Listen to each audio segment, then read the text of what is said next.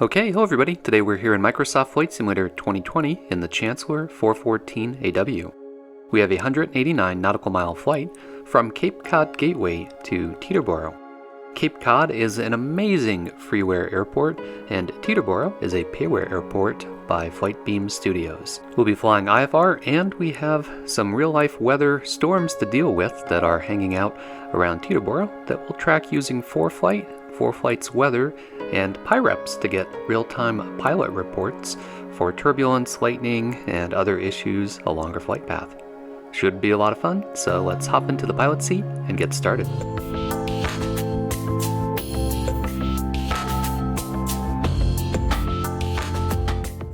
The freeware version of Cape Cod is payware quality, so let's take a minute and check it out.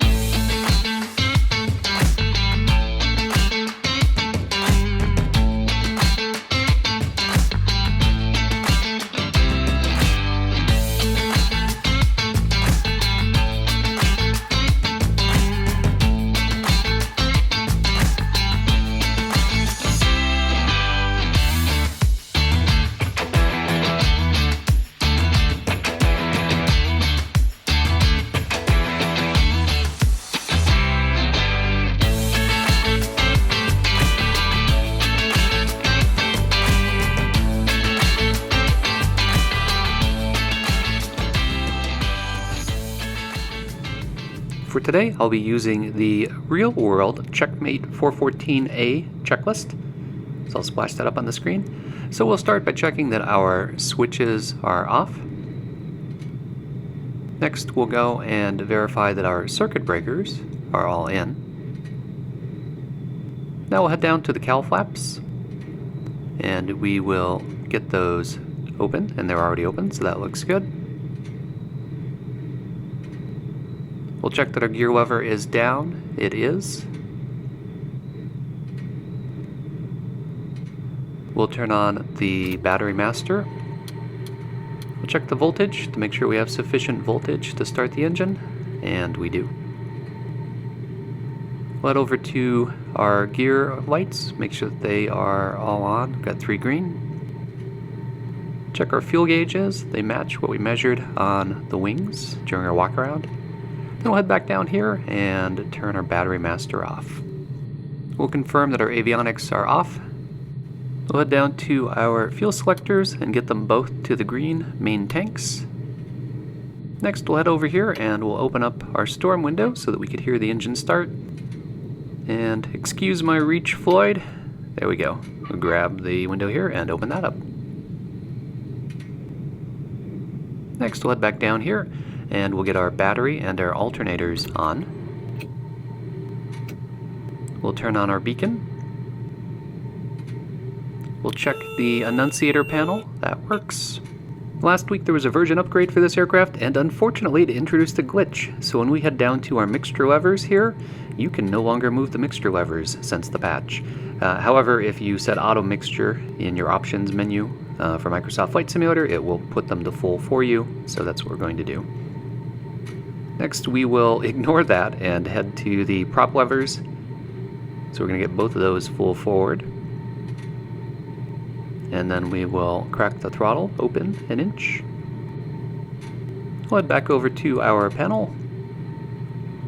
Flip up the bar over the 4 red magneto switches, and we will turn those all on. Next step is to prime the left engine. So we're going to flip the silver switch to the left there.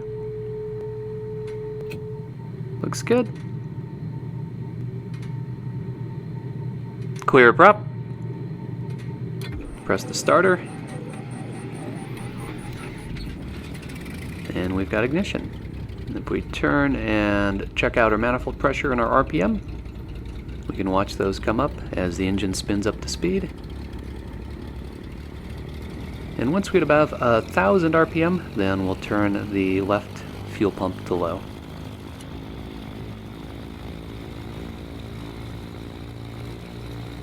Now that that's stabilized, we can prime the right engine.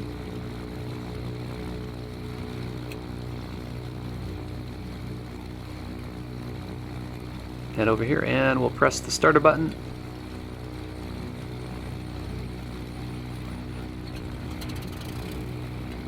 And same thing, we're watching our pressures and our RPMs for the startup. And once we get above 1,000, then we can flip the right engine's fuel pump to low.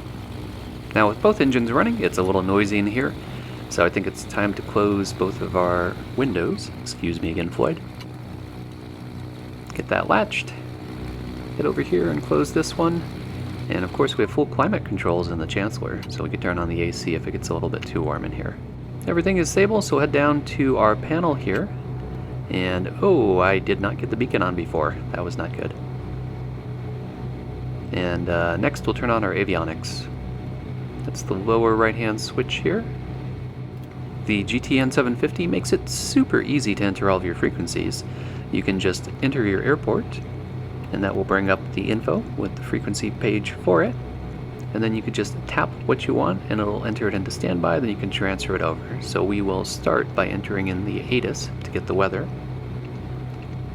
Over here on COM2 we'll put in guard for standby. And unfortunately there's no live ATC ATIS, so we can bring it up in Foreflight here. We've got winds out of 210, gusting 11 to 19, visibility 10, broken cloud layers at 3,300 and 5,500, and an altimeter setting of 3028. We'll dial in those altimeters in a minute. First, let's finish setting up our departure and arrival airports. So we've got KHYA and KTEB, and then we'll enter the flight plan once we get our clearance. We have both a pilot side and co-pilot side altimeter to set. You can see it's actually reading below sea level right now because it's not correct. So we'll dial in our 3028, and then we'll do the sanity check and see how that compares to field elevation. So field elevation for Cape Cod is 54 feet, and sure enough, that's what we're reading. So we'll get altimeter number 2 over here.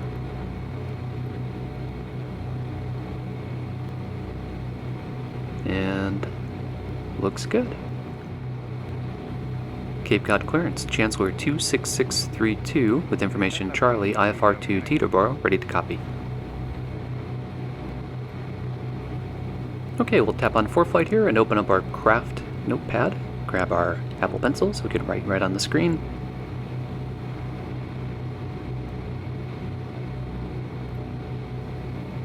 I have horrible handwriting in real life, and it's even worse on an iPad.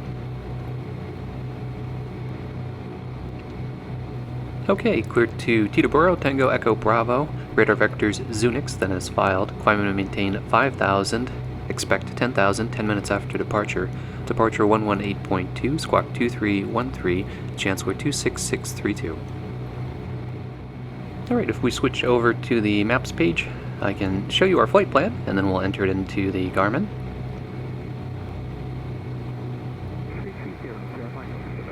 So we're getting radar vectors to Zunix, and Zunix will get us on the Victor 167 airway. Victor 167 passes through Providence VOR, and then it continues on as Victor 167 with the course change. Next is Hartford VOR, where we get off Victor 167 and get on Victor 229. We'll follow Victor 229 southwest until we get to Bridgeport VOR. And then at Bridgeport, we'll get on Victor 487. You'll notice a big red circle that we're approaching. I'll talk about that in a minute. So then we'll follow Victor 487 until we get to Dunbow. Dunbow is where we get off, so from that point it's radar vectors to our initial approach fix for Teterboro. And our plan is currently to fly request the RNAV X for runway 19. That big red disc is a TFR, temporary flight restriction, and if you tap on it, Foreflight will tell you that it's for POTUS, President of the United States, flying into New York. So that will be later on today, which is good, won't affect us. If you scroll through what happens if you violate it, it's what you expect. You will be intercepted by fighter jets. The use of deadly force is authorized against you if you are a security risk. I actually had one of these pop up over my flight school for a presidential visit to a nearby city, and I was like, use of deadly force? Yikes. Now we're running with real life weather, and I've got radar enabled in Foreflight, so you can see there is indeed some weather going on around Teterboro. If we turn on the animation, you can see that we've got some storms and rain and that they were tracking northeast. Looks like it's going to be just clearing to the northeast of Teterboro by the time we get there, but we'll be monitoring it throughout the flight. If we zoom in, you can see all these little orange and purple icons, and those are PIREPs. Those are pilot reports, so voluntary reports reporting turbulence, lightning, wind shear, haze, you name it. So we'll be tapping on each of those around Teterboro to see what's going on there and what other pilots are reporting. And we'll also be tapping on the PIREPs along our flight path to get heads up about things like turbulence at different altitudes. The little number on the icon is the altitude that the PIREP was reported at. And PIREPs are actually in a bit of a code like everything in aviation, but Foreflight does a really good job of decoding the code and putting it in plain English for you when you tap on the PIREP. Knowing that the storm is tracking northeast, I purposely picked a southerly route for my IFR flight plan instead of coming in from the north, which would have made more sense for the approach we're doing. So this will hopefully keep me clear of it and give me an option to divert south to Republic in the event that the weather gets worse and doesn't go the way that it looks like it's going to go. We have an initial flight restriction of 5,000, so we'll dial that into the altitude preset right here. And the autopilot's really nice for the Chancellor. You can climb at indicated airspeed up to that preset, and then it will level out for you. Well, now that I've got all the windows closed, the passengers are complaining it's getting stuffy, so we'll turn on the air conditioning. Cape Cod ground, Chancellor 26632, Cape Air with information Charlie, request taxi. Taxi and hold short, runway 24 via Delta Charlie, cross runway 15, Chancellor 26632. Okay, this amazing freeware airport is available on FlightSim.to. If you would like it, just open up the video details for this video. I'll have a hyperlink to it. And if you do get it, be sure to leave a comment or click the like for the author. This is amazing. This is better than some of the payware reports that I've purchased. Just seeing me taxi around doesn't do it justice. You really have to hop in the drone camera and look at all the details, and there are endless details to this airport, so super nice job. This airport has Cape Air, and it's actually designed to have the whole fleet of Cape Air Cessna 414s by default, but one of the patches might be the one that broke the mixture, but one of the recent patches for the 414 broke that, so none of those are displaying currently. But I definitely will look forward to flying out of here again once that's fixed, just to see the whole fleet of Cape Air Cessnas.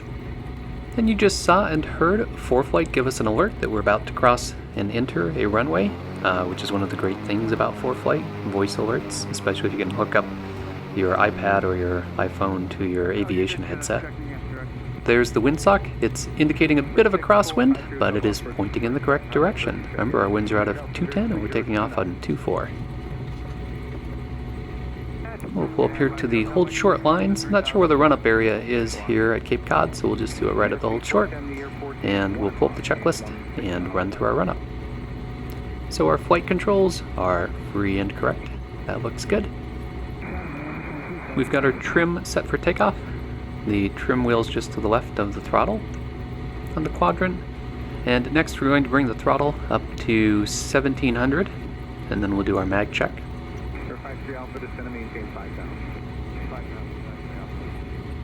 Ease that up.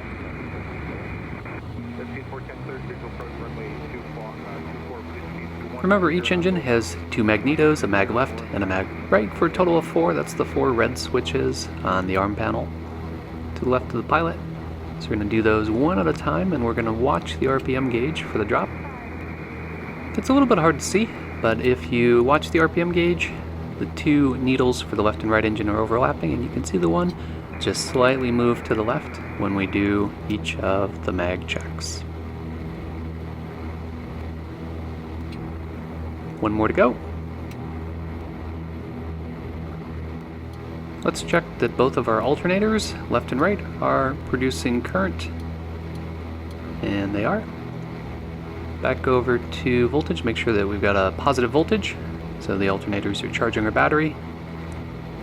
And now we'll head over to the props for the feather test. So we're going to feather the props and watch for the RPM to drop to 1200.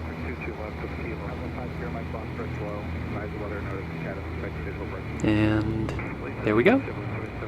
Nice to see that modeled. Some POTUS aircraft, the prop levers don't really do much. We'll get our landing light on, taxi light off, and we'll turn on the pitot heat. Cape Cod Tower, Chancellor 26632, holding short, runway 24. Cleared for takeoff, runway 24, Chancellor 26632, and I just remembered I forgot to turn on my strobes. There we go. So as we do our takeoff here, this is the point where I usually give you updates on my real-life flight lessons. When last we left off, I'd done my second solo, and I had a ground lesson after that, which was cross-country planning, and that was a blast. You know, it's one of those things that a lot of what you do in flight simming actually reapplies directly to real life. So we had sectionals laid out, we had the plotter, we're measuring distances, calculating courses and headings, picking out waypoints. It was a ton of fun. I loved it. While we were doing that, we were talking about my next lesson after that, and my instructor said, oh, okay, your next lesson is your solo to the practice area. So my first time leaving the airport and flying by myself, right? And coming back to the airport. She's like, okay, you could book that any time. And I said, well, your schedule's pretty full. What works for you? She's like, no, you don't need me. I was like, so I booked the plane and I just take the plane and fly around with it. She's like, well, yeah, that's the idea of the solo. You're going to head to the practice area and fly there and come back. I don't need to be here. I mean, it would be nice if I was here at the school when when it happened, but I don't need to be there. And I think it sort of threw me. I was like, oh, okay, I guess I can do that then. And then I said, what am I supposed to do in the practice area exactly? She's like, maneuvers. I mean, I'm sure she'll give me a couple. But anyway, that's what's next. However, I now have a new instructor. Number 3. Instructors are like Defense of the Dark Arts teacher and Harry Potter, right? You have a new one each year. So she's going to an airline job. So my next lesson will be with my new instructor. Anyway, wish me luck. Now, I'm pretty excited about it. I'm excited about actually taking the plane to the practice area and coming back on my own. Alright, you can see that we are getting back to our virtual flight. We are looking good, and we've just been handed off to departure. So we'll change our frequency over to departure. Boston departure, Cessna 26632, 4,800, climbing 5,000. Climb and maintain, 10,000, Cessna 26632.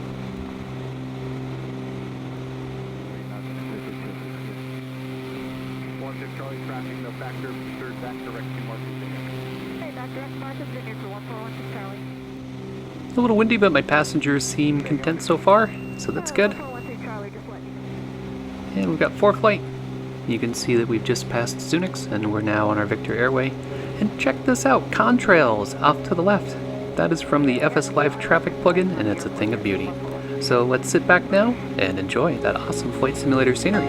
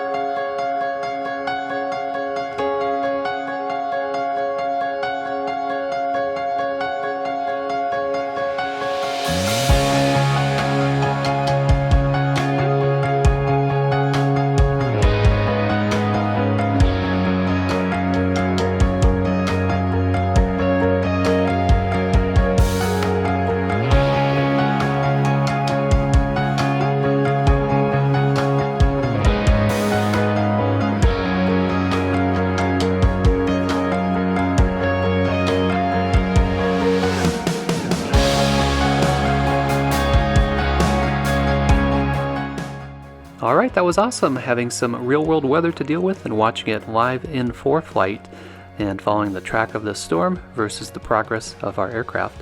I also really enjoyed bringing up all the PIREPs for events along my flight path, and that helped me to get used to all the acronyms and the order that things are reported in for PIREPs for when I need to read PIREPs for real on my cross countries. So if you enjoy content like this, be sure to click that like button, leave me a comment, and don't forget to subscribe.